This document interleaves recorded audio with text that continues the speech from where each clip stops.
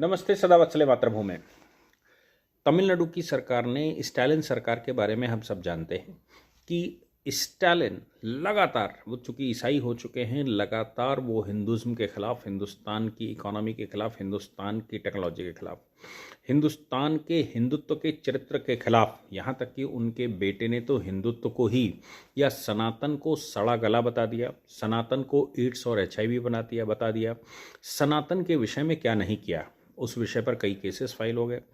लेकिन ये जो भाषा विवाद शुरू हुआ, हम सब जानते हैं कि सबकी जननी संस्कृत है। ऑनरेबल सुप्रीम कोर्ट संतोष के केस में ऑलरेडी डिसाइड कर चुका है कि संस्कृत सब भाषाओं की, भारत की सभी भाषाओं की जननी है।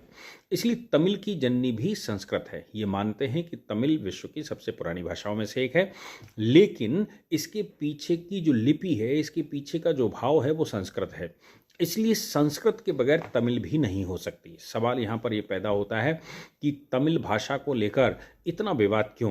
जब 3 भाषाओं की बात कही जा रही है, त्रिभाषा की बात न्यू एजुकेशन पॉलिसी में की जा रही है, तो अगर स्टालिन ये कहते हैं कि नहीं साहब, हम तो हिंदी को नहीं अडॉप्ट करेंगे, 3 भाषाओं में अडॉप्ट नहीं करेंगे, तो फिर उनको चाहिए कि वो सेंट्रल के फंड भी ना लें, अपने एफर्ट से तमिलनाडु के अंदर वो भाषा विज्ञान डेवलप करें। लेकिन वो केंद्र का फंड भी चाहते हैं, केंद्र से मदद भी चाहते हैं, और साथ में 3 भाषा का जो अभियान है उसको पूर्ण नहीं करना चाहते। अब सवाल ये पैदा होता है कि अंग्रेजी तो भारतीय भाषा ही नहीं है, तमिल भारतीय भाषा है, क्या वो 3 भाषाओं में तमिल, तेलुगु या मलयालम ले सकते हैं? क्या वो 3 भाषाओं में एक कॉमन भाषा जो देश की हो सकती है उसको हिंदी ले सकते हैं? ये विवाद जबरदस्ती का छेड़ने का प्रयास हो रहा है। इसी बीच में आज तमिलनाडु का बजट आया। तमिलनाडु के बजट में जो रूपी का निशान भारत सरकार ने, और वो मोदी सरकार ने नहीं किया था, वो तो केंद्र की मनमोहन सिंह जी की सरकार के समय पर ही रूपी का निशान आ गया था, या उससे पहले आ गया था, मैं सही से संज्ञान नहीं ले पा रहा हूँ। लेकिन रूपी का जो निशान है, जो भारत का जो चिन्ह संसार का बन गया है, वो चिन्ह इस बार तमिलनाडु के बजट में नहीं रखा गया, उसकी जगह RU लिखा गया। वैसे भी रुपए को भी हम RS ही लिखते आए हैं, सभी डॉक्यूमेंट में RS लिखते हैं, लेकिन RU लिखा गया।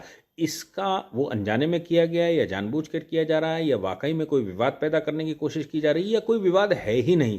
क्या करने की कोशिश कर रहे हैं स्टालिन और तमिलनाडु की सरकार, ये तो कह पाना थोड़ा कठिन है। लेकिन हाँ, अनजाने में अगर किया है तो सही किया जा सकता है, लेकिन जानबूझकर अगर ये किया गया है तो निश्चित है कि वो संकेत दे रहे हैं कि वो भारत के साथ नहीं रहना चाहते।